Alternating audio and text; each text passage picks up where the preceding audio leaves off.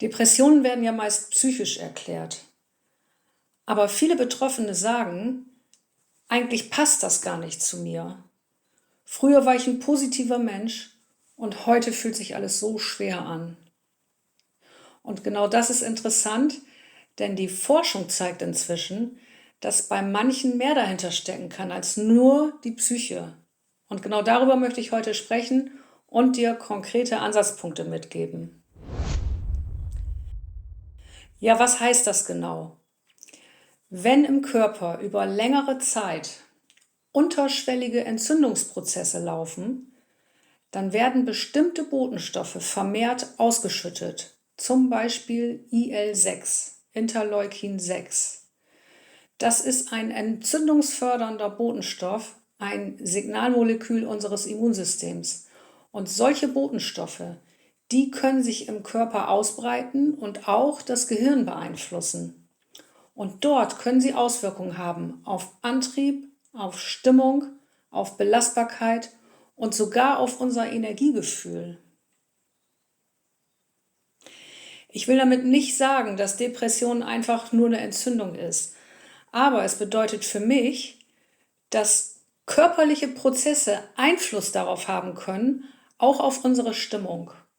Und wenn sie Einfluss haben, dann sollten wir das bei der Behandlung auch mitdenken. Vielleicht kennst du dieses Gefühl. Du wachst morgens auf und bist schon erschöpft. Dabei ist gar nichts Besonderes passiert. Und trotzdem ist da diese Schwere. Du willst dich zusammenreißen, du willst positiv denken, aber dein Körper, der zieht einfach nicht mit. Du bist vielleicht schneller überfordert, reizbarer und früher hast du das alles viel besser weggesteckt. Und genau da merkt man, das fühlt sich nicht nur nach Gedanken an, das fühlt sich körperlich an. Und wenn es sich körperlich anfühlt, dann sollten wir auch körperlich hinschauen. Und genau deshalb lohnt sich der Blick auf 4 Bereiche, die solche Prozesse im Alltag beeinflussen können. Und das sind Stress- und Nervensystem, das ist der Schlaf, das ist auch die Ernährung und es sind die Omega-3-Fettsäuren. Und auf jeden dieser Punkte gehe ich jetzt in diesem Zusammenhang genauer ein. Stress spielt bei solchen Entzündungsprozessen eine zentrale Rolle. Stress verändert die Kommunikation zwischen Nervensystem und Immunsystem.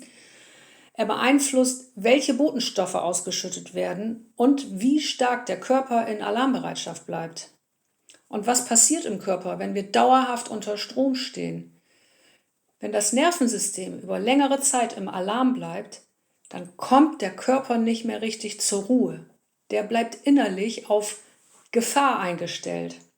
Und das bedeutet, und das ist jetzt ganz wichtig, das ist nämlich ein großer Knackpunkt, das bedeutet, Energie wird eher für Schutz und Wachsamkeit bereitgestellt als für Erholung. Dafür ist dann einfach nicht mehr genug übrig. Und das ist genau das, was wir spüren. Und dieser Zustand beeinflusst auch das Immunsystem. Ein Körper, der ständig unter innerem Druck steht, arbeitet anders als ein Körper, der sich sicher fühlt. Und das kann Entzündungsprozesse begünstigen oder sogar verstärken. Und deshalb gehört das Nervensystem in die Gesamtbetrachtung mit hinein. Und für den Alltag bedeutet das, ja, Atempausen, kurze Atempausen, bewusste Unterbrechungen oder ein etwas ruhigerer Abend zum Beispiel mit weniger Bildschirm, weniger Dauerreiz und noch weitere Nervensystemarbeit. Alles, was dem Körper signalisiert, es ist gerade keine akute Gefahr da. Und ein Punkt, den viele noch nicht kennen, das ist auch interessant, finde ich, unsere Stressreaktion, die war ursprünglich fast immer mit Bewegung verbunden. In unserer evolutionären Vergangenheit bedeutete Alarm meistens handeln, fliehen oder kämpfen. Der Körper wurde aktiviert und diese Aktivierung entlud sich körperlich durch Bewegung. Heute erleben wir denselben inneren Alarm, sitzen aber oft still am Schreibtisch oder eben auf dem Sofa zum Beispiel. Und wenn diese Aktivierung keine Bewegung bekommt, dann kommt der Körper nicht richtig zurück in die Ruhe. Genau darüber spreche ich übrigens auch nächste Woche in meinem Video, noch ein bisschen ausführlicher. Ja, am Ende des Tages hört der Dauerstress ja noch gar nicht auf. Der wandert ja mit in die Nacht. Du legst dich ins Bett und eigentlich bist du müde, aber innerlich läuft es immer weiter. Und genau das ist der Punkt. Entscheidend ist nicht nur, ob du schläfst, entscheidend ist, was dein Körper in dieser Zeit macht. In der Nacht fährt das Stresssystem normalerweise runter, Stresshormone sinken, das Immunsystem reguliert sich und das Nervensystem, das geht in, ich sag mal, tiefere Phasen. Aber wenn das nicht gelingt, dann bleibt der Körper in Daueranspannung, auch dann, wenn äußerlich alles ruhig wirkt, wenn eigentlich gar nichts ist.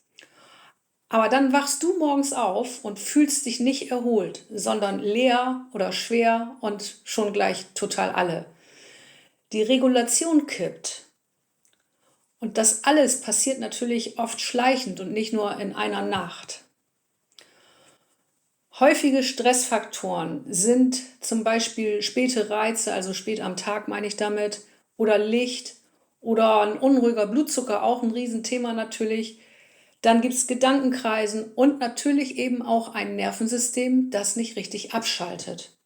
Und die Folge ist dann, der Körper bekommt nachts nicht genug echte Entlastung und damit fehlt dann tagsüber die Basis für Stabilität und natürlich auch für Energie. Hilfreich sein können klare Signale, zum Beispiel ein konstanter Abendrhythmus, etwas, was immer gleich abläuft, weniger Bildschirm in den letzten Stunden, Mahlzeiten, die den Blutzucker stabil halten und vielleicht auch ein, ja, ich sag mal, so ein bewusster Übergang in den Abend, also so ein Ritual, ein Rhythmus eben. Damit geben wir kleine Hinweise an den Körper, jetzt darfst du runterfahren. Und jetzt zu einem Bereich, den wir jeden Tag mehrfach beeinflussen. Es geht um die Ernährung.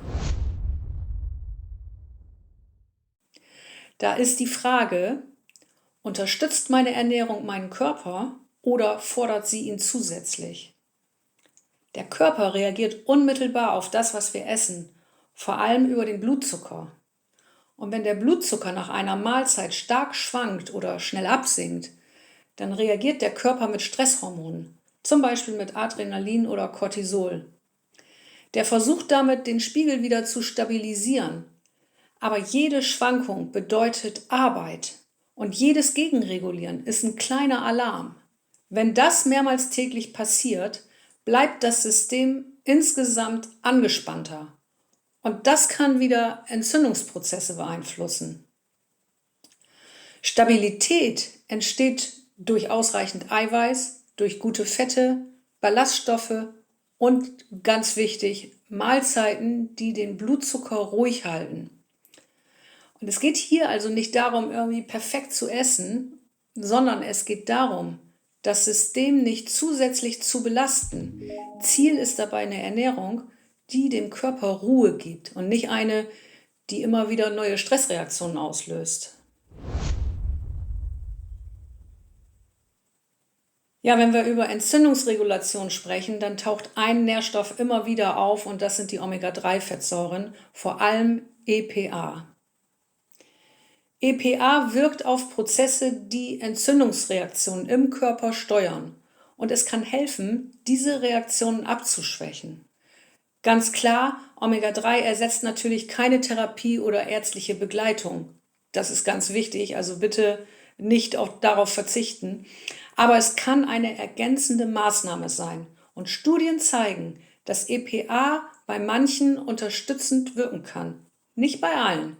Entscheidend sind in meinen Augen die Qualität des Präparats, das Verhältnis der Fettsäuren und natürlich auch, das ist ganz wichtig, die Dosierung, denn viele Präparate enthalten viel zu wenig von den Omega-3-Fettsäuren. In der Videobeschreibung findest du das Produkt, das ich selbst verwende und dort findest du auch Informationen zu meiner individuellen Auswertung, also Omega-3-Beratung, wenn du wissen möchtest, wo du selbst mit deinem Omega-3 stehst. Ja, wenn der Körper also bei Depressionen mitredet, dann verändert das natürlich deinen Blick. dann geht es nicht nur um Gedanken, sondern auch darum, was im Körper abläuft. Und genau dort liegen die Stellschrauben, über die wir heute gesprochen haben. Stress, Schlaf, Ernährung und bestimmte Nährstoffe. Und wenn du solche Zusammenhänge regelmäßig und in kleineren Impulsen direkt auf dein Handy bekommen möchtest, dann findest du meinen WhatsApp-Kanal in der Videobeschreibung. Da teile ich Wissen, Informationen und praktische Selbsthilfetipps für dich. Das ist kein Gruppenchat, sondern ein reiner Kanal, ohne Austausch und natürlich kostenlos. Und wenn du dir jetzt denkst, warum bleibt mein Körper überhaupt so oft in diesem Alarmzustand, dann lohnt sich ein genauerer Blick auf das Nervensystem. In diesem Video zeige ich dir, was passiert, wenn das innere Alarmsystem dauerhaft aktiv bleibt, warum das Schlaf, Schmerzen und Erschöpfung beeinflussen kann und wie du gezielt gegensteuern kannst. Auch wenn da jetzt Fibromyalgie im Titel steht, dieser Mechanismus betrifft jeden Körper unter Dauerstress. Bis bald im nächsten Video.